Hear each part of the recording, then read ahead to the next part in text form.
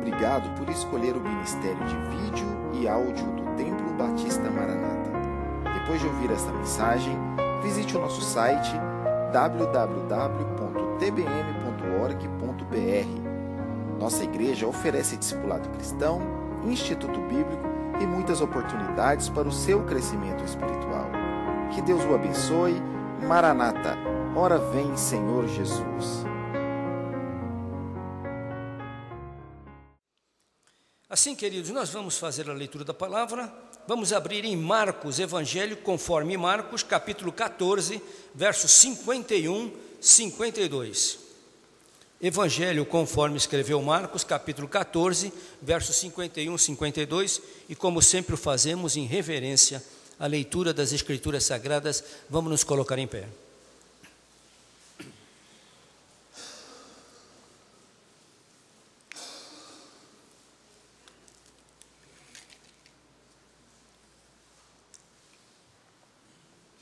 Evangelho segundo Marcos, 14, 51, 52.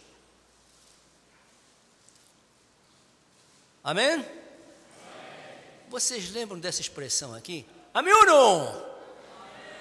Lembram? Os antigos aqui lembram, né? Amém ou não? Saudoso. Eu tenho muita saudade do Jimmy Rose. Jimmy Rose é um servo de Deus mesmo, um homem que também se deu. E o Rômulo é pupilo dele, né? 14, 51, 52 do Evangelho de Marcos. E um certo jovem o seguia, envolto em um lençol sobre o corpo nu, e lançaram-lhe a mão. Mas ele, largando o lençol, fugiu nu. Mas ele, o jovem, largando o lençol, fugiu nu. Que Deus aplique a leitura da sua santa palavra aos nossos corações. Podeis assentar.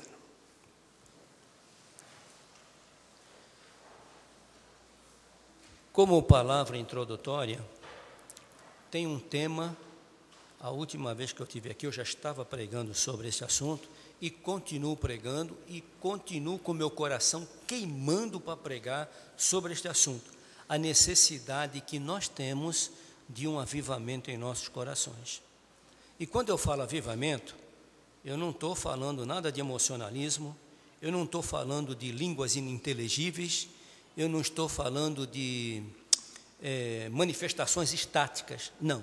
Quando eu falo de avivamento, eu falo de fome e sede de Deus. E nós estamos vivendo uma época que, olha, vocês vão de concordar comigo, há alguma coisa errada com o mundo.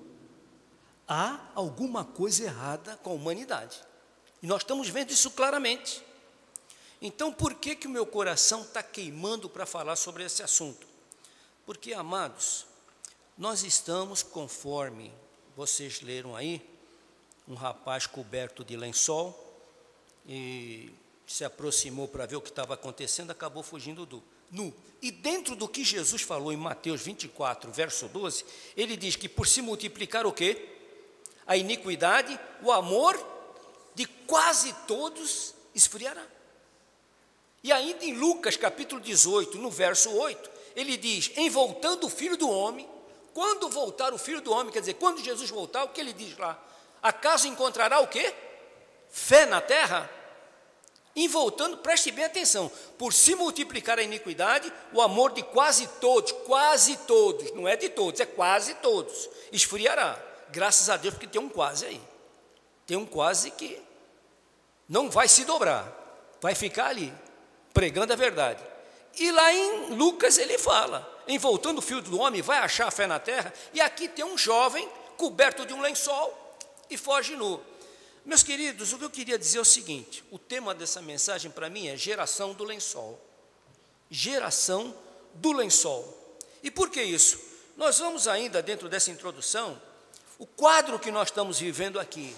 Qual era o quadro onde esse jovem aparece quando Jesus é preso e vem só coberto com lençol e foge nu? O que esse quadro nos ensina?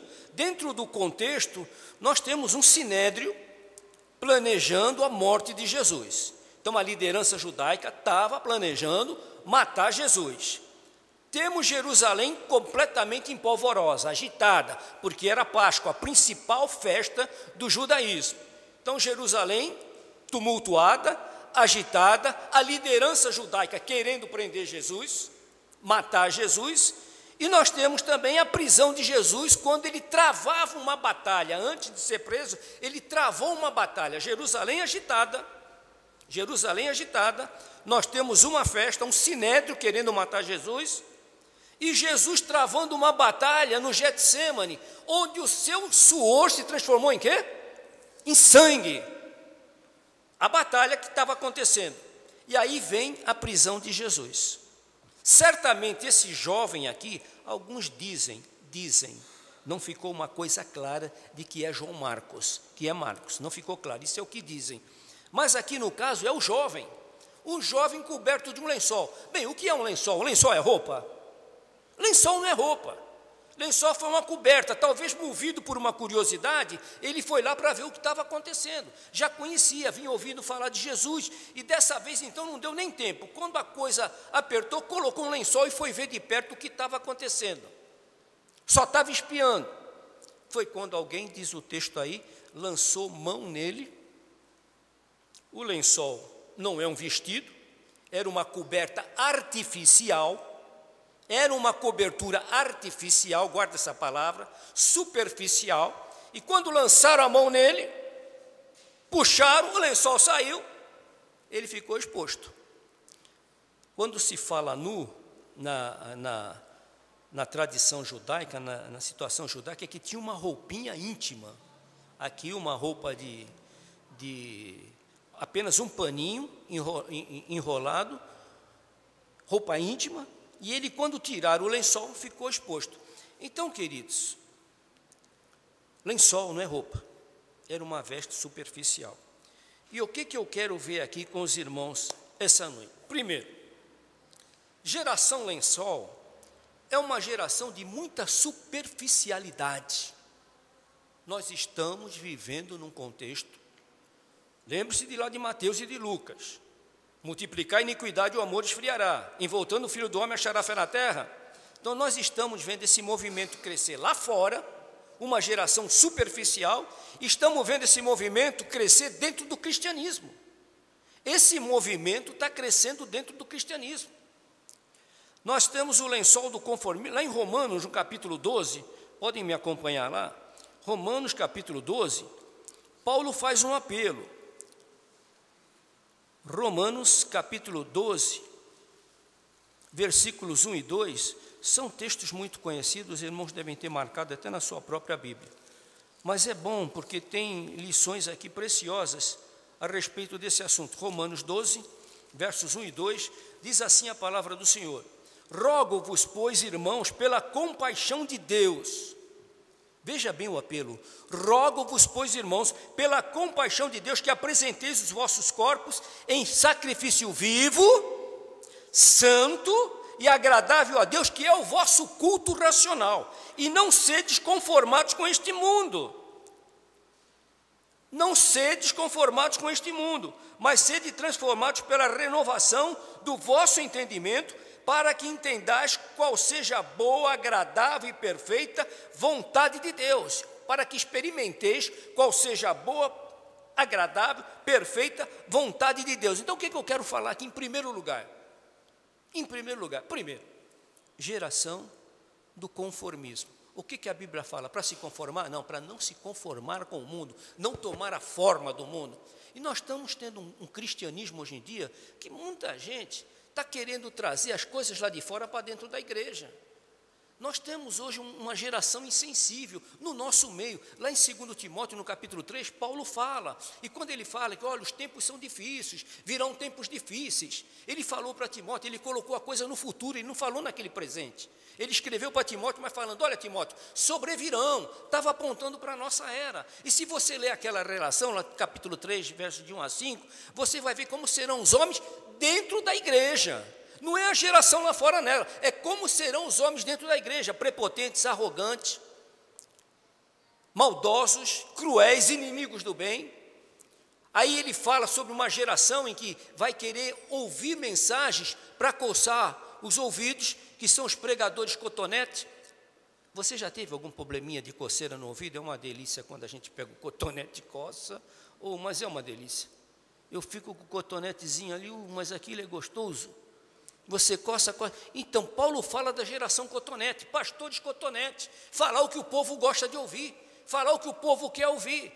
Não tem mais abnegação, não tem mais renúncia, não tem mais carregar uma cruz.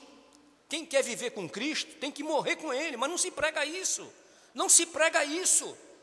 A pregação é água com açúcar, não se fala em pecado, não se fala em condenação, não se fala na volta de Cristo, e o povo gosta disso, porque superficialidade, o povo não quer responsabilidade. E por que, pastor, que o senhor está falando? Estou falando para que nós estejamos alerta, porque Jesus Cristo está voltando, e essa geração do lençol é a geração exatamente que está propiciando a mente do anticristo dentro do lugar santo. É essa geração que propicia a mente do anticristo no lugar santo. Então, queridos, eu sei que também no passado, isso daqui tinha um peso, essas duas palavras, aceitar e receber. Esses dois verbos, aceitar e receber. Isso no passado, bem lá atrás, tinha um peso muito grande. Quando se pregava e falava, os homens eram mais abertos ao Evangelho. E vamos concordar que é. O Evangelho também mudou muito. Tozer já havia dito. Não foi o mundo que mudou muito, foi o Evangelho que mudou demais. Mudou demais. O Evangelho mudou demais. E o Evangelho já não está mais impactando o mundo. Nós continuamos pregando porque Jesus mandou. Vamos continuar pregando, anunciando a palavra. Mas acontece que o homem está mais endurecido. Hoje ninguém está disposto a ouvir. Ninguém está disposto a ouvir.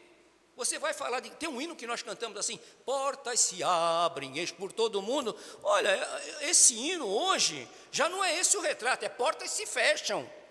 Mas, repito, nós vamos continuar pregando até que Cristo volte, porque essa foi a ordem, recebemos essa ordem, ide, temos que ir. Agora, que o povo quer ouvir, não quer não. E vocês já perceberam isso. Quando eu me lembro de como eu comecei no ministério pregando, não era só na minha igreja não, várias igrejas, teve vez que eu já batizei quase 30, 40 pessoas num dia só. E o que nós vemos, o que nós estamos presenciando nos dias de hoje?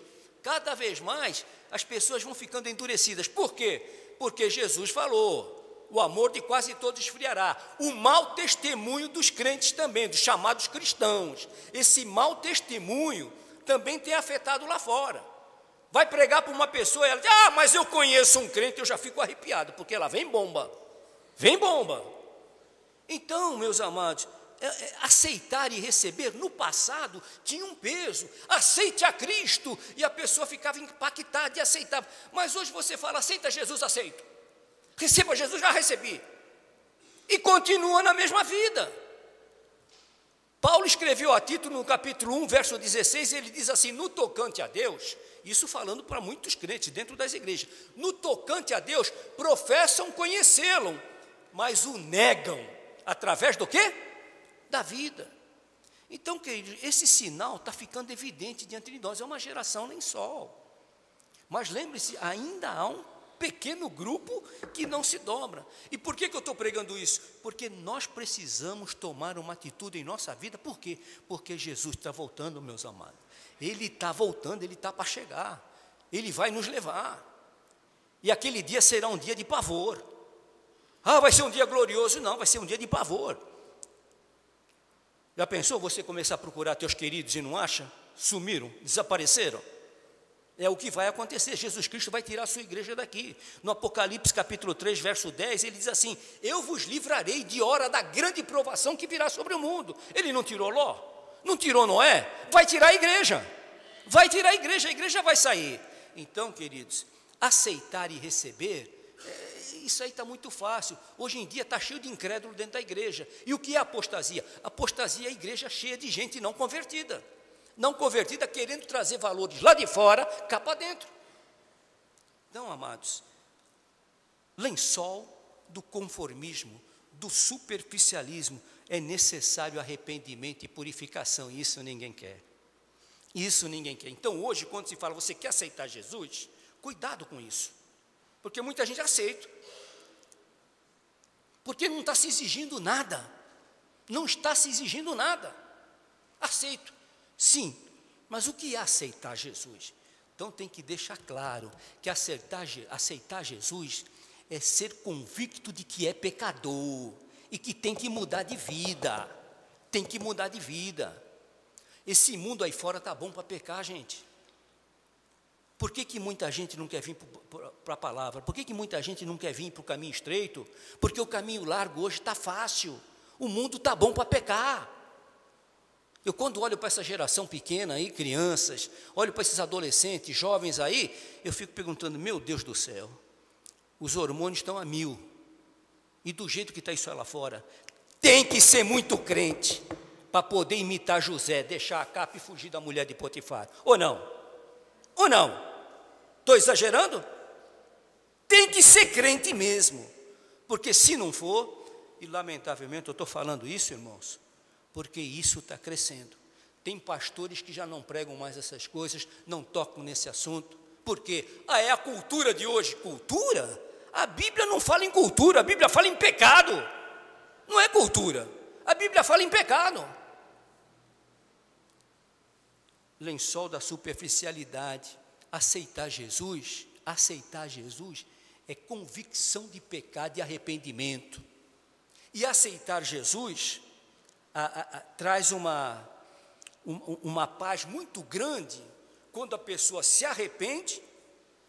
Olha, lá em Atos, capítulo 2, verso 37, veja o que é aceitar Jesus. O que é aceitar Jesus? Mas tem que se explicar isso hoje, porque senão a pessoa, não, eu já aceito. Como eu, muitas vezes, na minha família mesmo, já preguei o Evangelho, aí quando eu torno a falar, mas o senhor lembra, eu já aceitei Jesus. Sim, mas eu vejo a vida que leva. Minha parente, ela fala para mim, eu já aceitei, uma vez o senhor falou, eu aceitei. Mas aceitou como? Não tem mudança de vida, não tem convicção de pecado, não tem arrependimento. Gente, eu vou falar uma coisa aqui, mas deixa eu completar depois. É preciso arrependimento e purificação. Arrependimento e purificação. Veja lá comigo, por favor, Salmo 51, versículos 1 e 2. Salmo 51, versículos 1 e 2.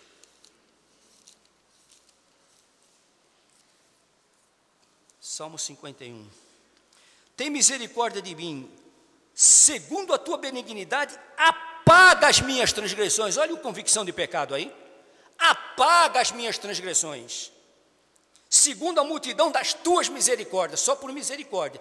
E me digam qual foi o maior ato de misericórdia de Deus aqui nesse mundo? João 3:16. Lava-me completamente da minha iniquidade e purifica-me do meu pecado. Está vendo? Convicção de pecado é você chegar e dizer, estou perdido, eu estou perdido, se depender de mim, estou perdido. Agora anote lá em Atos capítulo 2,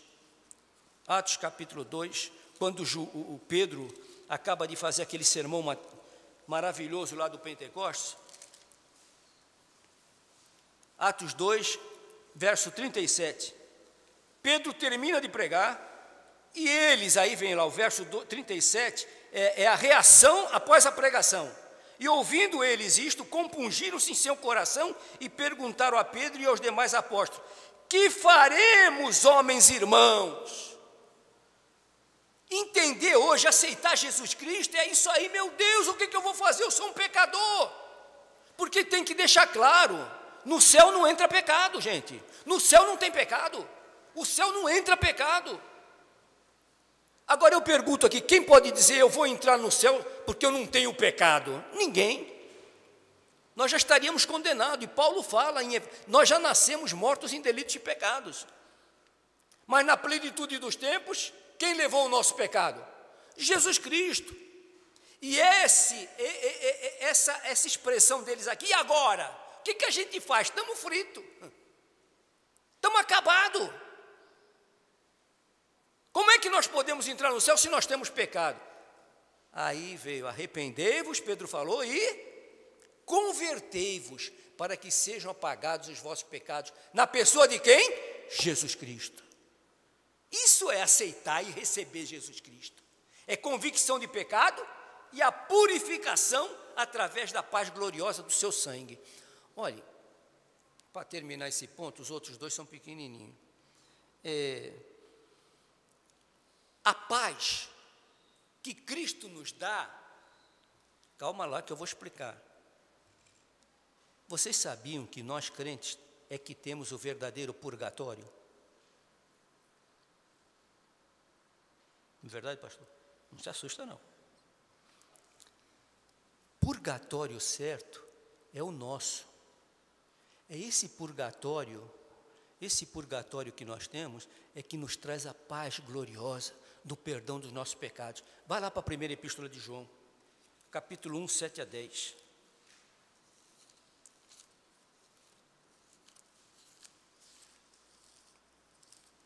Primeiro João, capítulo 1, versos 7 a 10. Vamos fazer a leitura pausadamente.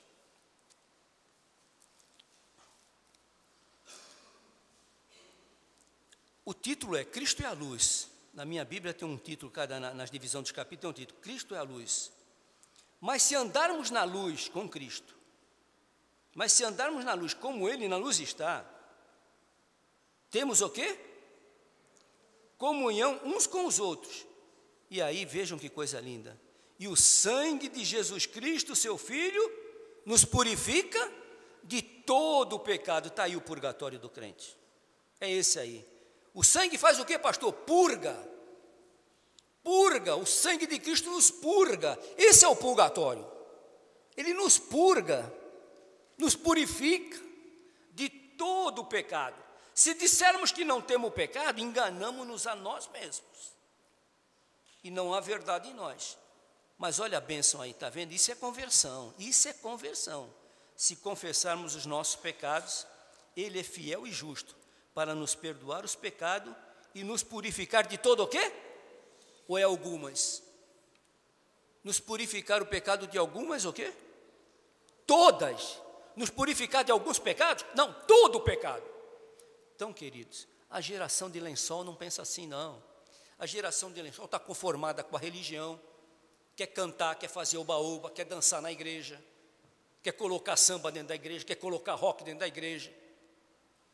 Indiferentes, estão andando aí, agora, no meu tempo, quando a gente tinha melhor roupinha, eu nasci num barraco lá do José Menino, na cidade de Santos, mas a melhor roupinha que a minha mãe fazia, costurava, era para estrear na igreja. Como a gente queria ir para a igreja com a roupinha nova, arrumadinha, mesmo que tivesse um pouquinho de remendo aqui, um remendinho ali, mas era a melhor coisa.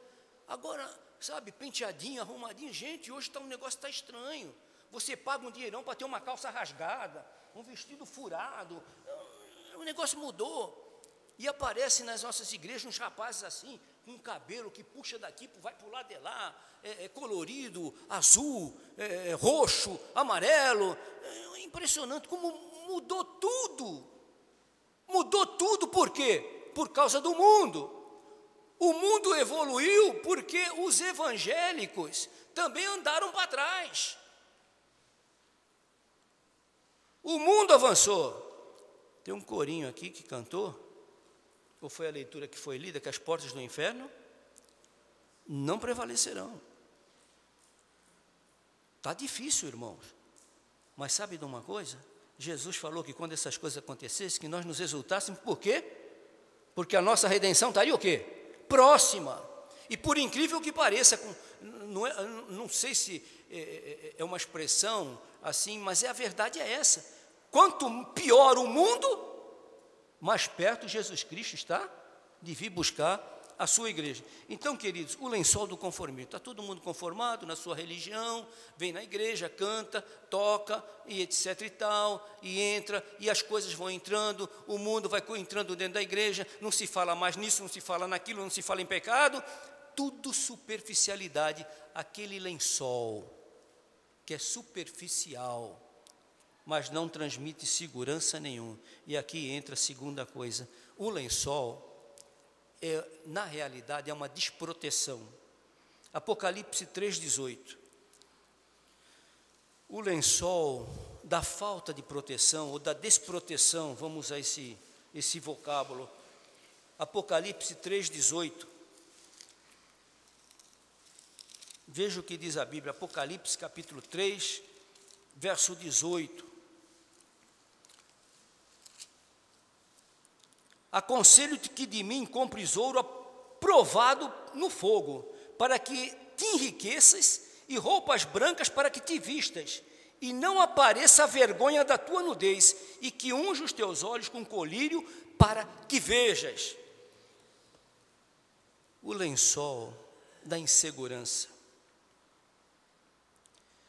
Tem muita gente, hoje está assim, vem para o lado de dentro, mas fica com o coração do lado de fora. E outros, e aí vem a parte de cá, por causa disso, muitos que estão na igreja, vivendo como se estivesse lá fora, estão aqui, mas fazendo o que fazem lá fora, impede a chegada de muita gente, impede que muitos que estão lá fora venham para dentro, por causa do testemunho, por causa do escândalo. Foi o que eu falei no início, né? Foi o que eu falei no início. Hoje muita gente não quer nem ouvir falar de evangelho, por causa os evangélicos têm trio elétrico, o evangelho faz mil e umas coisas, é uma coisa insegura. Por exemplo, quem são as celebridades? Quem são as celebridades que ditam as normas, ou que ditam as modas? Quem são? Celebridades de televisão, celebridades do esporte, eles ditam a moda. E que tipo de evangelho é esse que eles ditam? Que tipo de evangelho é esse que eles ditam? Então é o evangelho da insegurança. Tem um jogador de futebol, lá da minha cidade, virou famoso. E ele usa uma fitinha aqui, Jesus. Aqui está gravado também Jesus. E várias outras tatuagens, Jesus. Diz que é evangélico. Diz que é crente. E também outras celebridades como atores, atrizes e etc. Esse jogador que eu estou falando foi para a Europa, fez fortuna. E um dia estava comemorando um título e eu vi isso direitinho. Ele estava com aquela fitinha Jesus e etc e tal, e pulando. Algum torcedor falou alguma coisa para ele. Mas ele falou um palavrão para o torcedor, já fechou a mão, já queria dar um murro na cara do torcedor.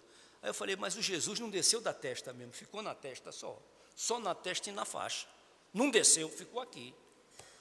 Mas é o evangelho da insegurança. Não tem segurança. Está perdido dizendo que é evangélico. Perdido dizendo que é evangélico. Atores. Outro dia eu estava acompanhando no meu Yahoo lá, Yahoo Notícias, estava dando assim o que pensam os famosos evangélicos, famosos, que são as celebridades da inutilidade. Então, estava lá. O que pensam eles? Aí diz assim, eu sou isso, sou aquilo, e começou a falar suas virtudes, etc e tal. E o repórter perguntou, escuta, você é evangélico mesmo? Eu sou evangélico. Aí mostra, estou tatuado aqui, faço isso, faço aquilo. Aí vocês sabem, eu não vou precisar falar aqui, vocês sabem onde os repórteres queriam chegar, principalmente para aquelas celebridades jovens. Então, escuta, e quando assim um relacionamento, entendeu? Uma amizade colorida, um ficar. E como é que fica isso aí? Vocês são evangélicos agora e como é que fica? Nada a ver. Mas ele falou, mas escuta, por que nada a ver? Não, porque a minha vida religiosa não tem nada a ver com a minha vida profissional, a minha vida artística, nada. Aí eu me lembrei dos gnósticos, né? No gnóstico é assim, o que a carne precisa, você dá para a carne. O que o espírito precisa, você dá para o espírito. Quer dizer, um pé no mundo, um pé com Cristo. Um pé no mundo, um pé com o diabo. Um pé no mundo. A gente vai para fora. Evangelho não é fácil não, gente. Evangelho não é fácil não. Vocês aqui estão pagando um preço. A minha igreja, eu fiquei 35 anos pastoreando aquela igreja e paguei um preço. Querendo colocar a moda do mundo dentro da igreja, querendo colocar a música do mundo dentro da igreja. Não, tem que bater de frente. Famílias Alguns saíram, eu não digo que eu perdi, alguns saíram, porque eu não perdi, eu ganhei. Porque se ficasse ia me dar problema. Não perdi, ganhei com a saída de alguns lá. Porque ser crente, gente, é caminho estreito. Repito essa verdade para vocês entenderem isso. Viver com Cristo é morrer com Jesus Cristo. O Evangelho é cruz, o Evangelho é renúncia. O Evangelho é caminho estreito, mas vocês estão vendo o caminho que está tomando a coisa. Vocês estão vendo o caminho que está tomando a coisa. Por isso é que eu digo, para entrar na última parte dessa mensagem, nós precisamos de um avivamento. Eu preciso. Nas minhas orações eu tenho dito a Deus, quebra-me, me quebra. Eu quero ser mais parecido com Jesus. Paga-se um preço, paga, mas é glorioso. Ou não é glorioso? É glorioso. Nós não somos do mundo, nós andamos na contramão do mundo. Tem uns filmes aí que dá desses filmes policiais. Você já viu quando um carro entra na contramão? Todo mundo para cá e ele contra. É o crente entra na contramão do mundo. O mundo vem, ele está contra. Lençol da desproteção. Paulo escrevendo, terminando a epístola de Timóteo, a segunda epístola de Timóteo, no capítulo 4, verso 10, ele diz assim, Demas amou o presente século e me abandonou. Então nós estamos vendo quantos demaítas estão caindo fora, ou então quantos demaístas estão dentro. Mas a palavra não entra. E Jesus falou, a minha palavra não entra em vós. Gente, nós estamos no fim. Nós estamos no fim. Nunca se viu tanta frieza no mundo cristão como nós estamos enfrentando agora. Nunca se viu tanta frieza. Nunca se viu tanto mundo dentro da igreja como agora. Eu estou falando isso aqui, alertando, porque eu quero pregar amanhã e domingo. Eu quero falar sobre a volta de Jesus Cristo. É meu tema. Meu tema é a volta de Cristo. Mas antes tem que mostrar a necessidade que nós temos de ver algumas coisas, observar e tomar uma posição. Nós precisamos tomar uma posição e clamar por um quebrantamento, um avivamento em nossos corações. Então, clamar por um avivamento. E aqui eu termino. Abram no livro de Salmos 42, 1 e 2. Salmos 42, 1 e 2.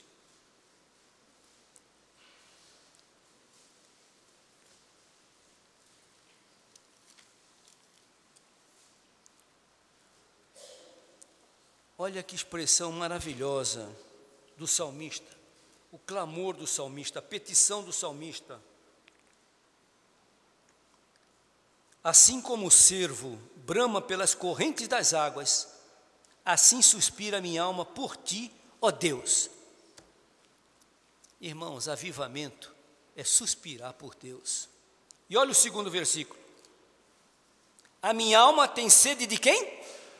De Deus, do Deus vivo. Quando entrarei e me apresentarei ante a face de Deus? Isso é avivamento.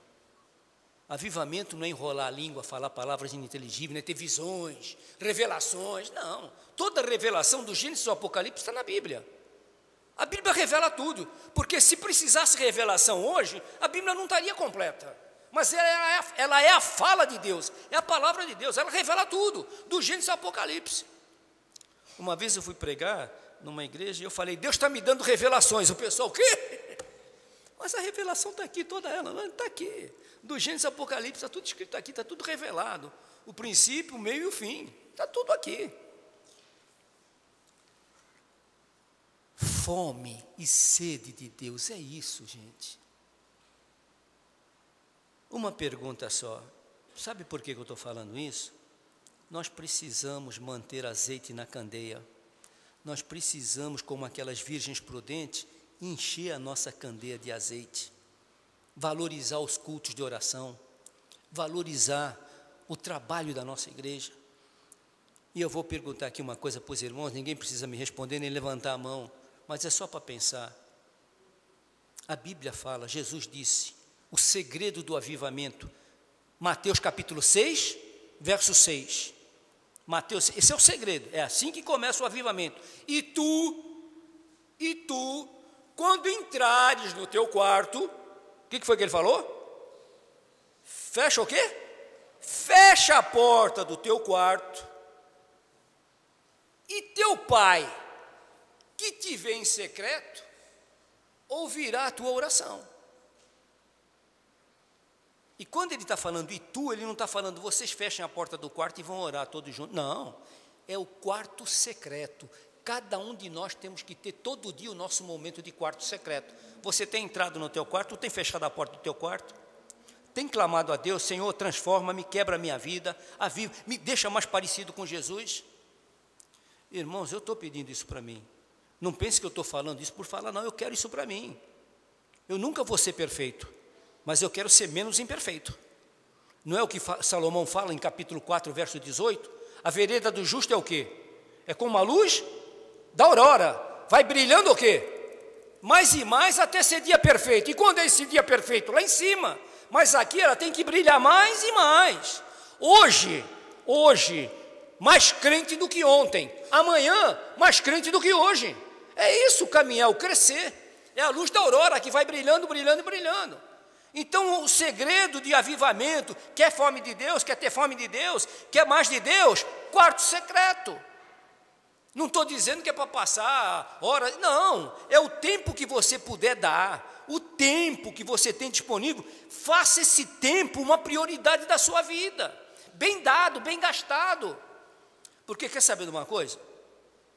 Isso é notório, gente, isso é fácil. Tudo que é prioridade para mim, eu acho tempo. Tudo que é prioridade para mim, eu acho tempo. Vocês acham para vocês? Tudo que é prioridade para vocês, vocês não acham tempo? Então, ninguém não tem essa, não tem o tempo, queria... Não, quando a gente prioriza a vida cristã, quando Deus é prioridade, quando o avivamento é prioridade, nós achamos tempo. 10 minutos, 15 minutos, meia hora de oração, amém. Fecha a porta e abre o coração.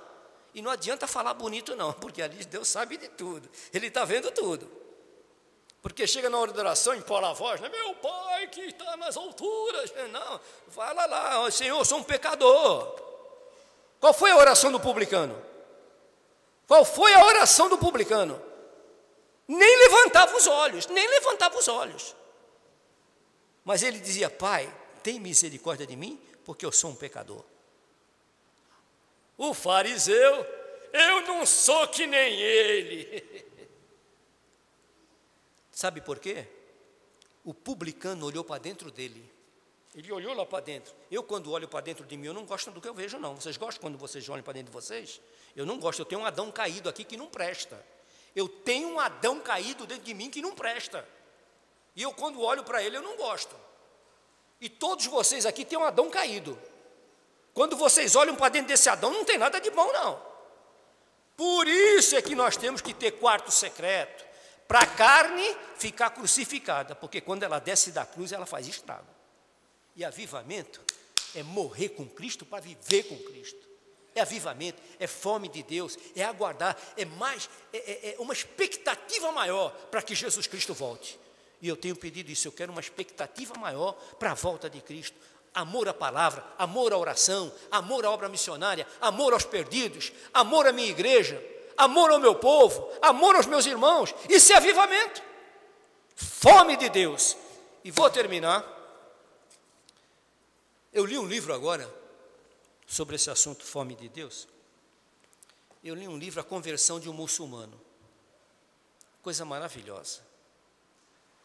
Um milagre, porque muçulmano, quando se converte, tem determinadas coisas que só Deus que faz e nós entendemos o porquê. A Bíblia, em país muçulmano, nem pensar.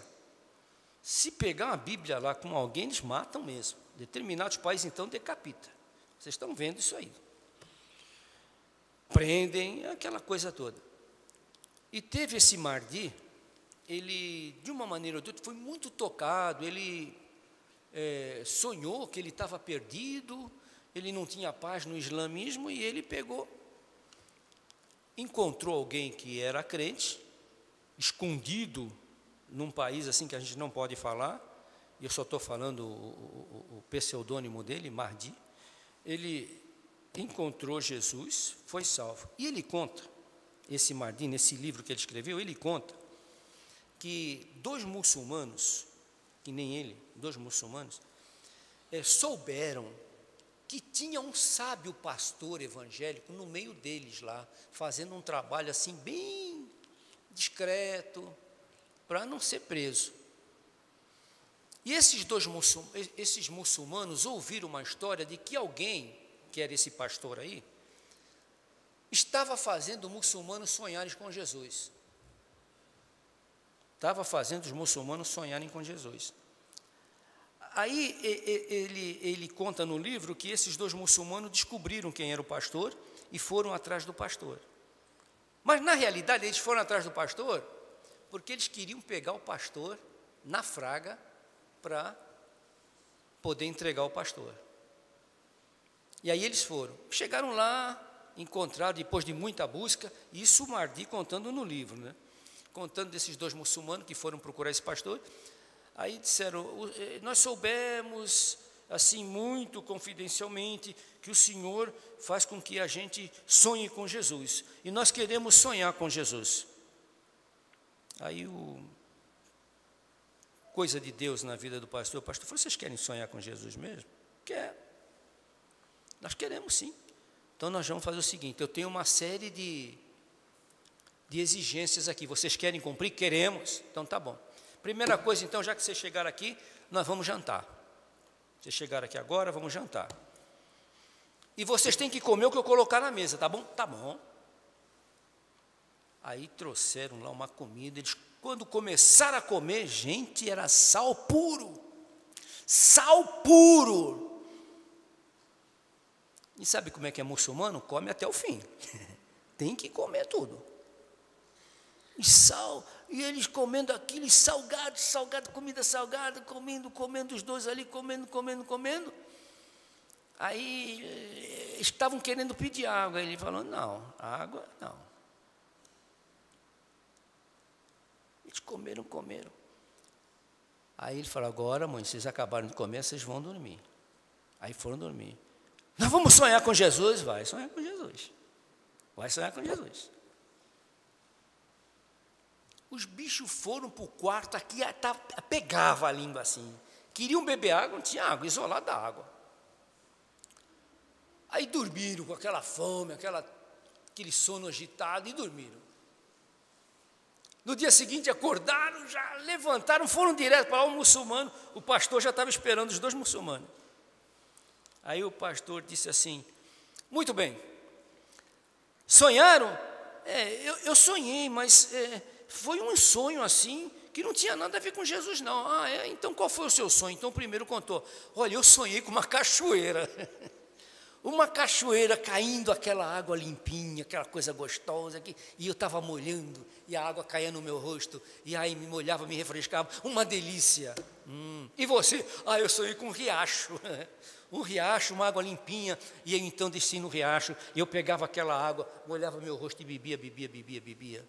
Aí os 2 pararam, olharam para o pastor sabe por que vocês sonharam com a água? Porque vocês foram dormir desejando a água, morrendo de sede pela água. Sabe qual foi o final da história? O pastor disse para eles, se vocês fossem dormir desejando Jesus Cristo, como vocês desejaram a água, vocês sonhariam com Ele. Vocês entenderam como é que se aplica isso para nós? Eu preciso desejar meu Salvador. Eu preciso amar meu Salvador. Eu preciso mais e mais do meu Salvador para sonhar com meu Salvador. Isso é avivamento, meus amados. E quando eu falo sonhar, não é ter sonho de noite. Quando eu falo sonhar, é viver a vida cristã. Como Paulo disse, vivei de modo digno do Senhor e para o seu inteiro agrado.